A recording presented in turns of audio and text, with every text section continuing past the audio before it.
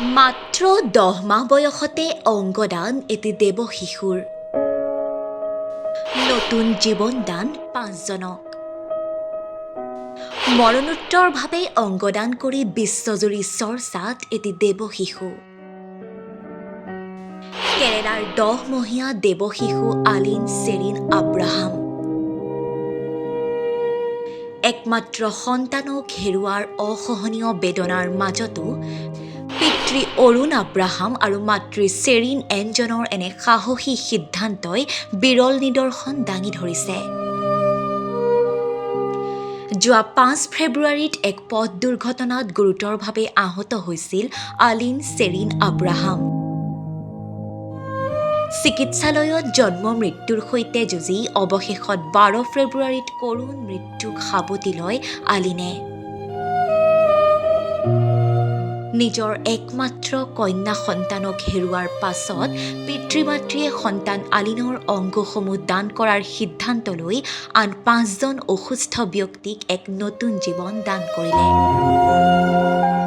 কেৰেলাত মাত্ৰ 10 মাহ বয়সতে অংগদান কৰি মহানুভৱতাৰ নিদৰ্শন দাঙি ধৰা আলিন চেৰিন আব্ৰাহামক দেওবাৰে ৰাজ্যিক মৰ্যাদাৰে অন্তিম বিদায় দিয়া হয়।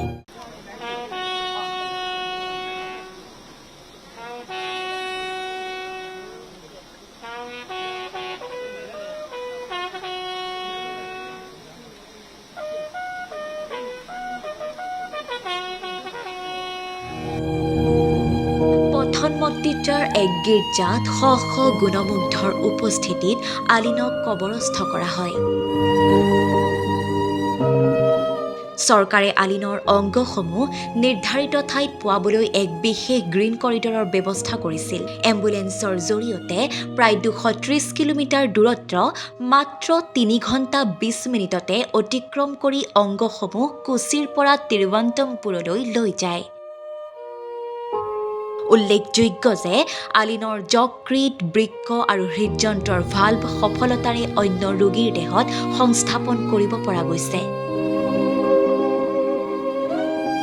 আলিনৰ যকৃতটি এটা 6 মহীয়া শিশুক দিয়াৰ বিপৰীতে তাইৰ দুয়োটা বৃক্ক এগৰাকী 10 বছৰীয়া শিশুক প্ৰদান কৰা হৈছে।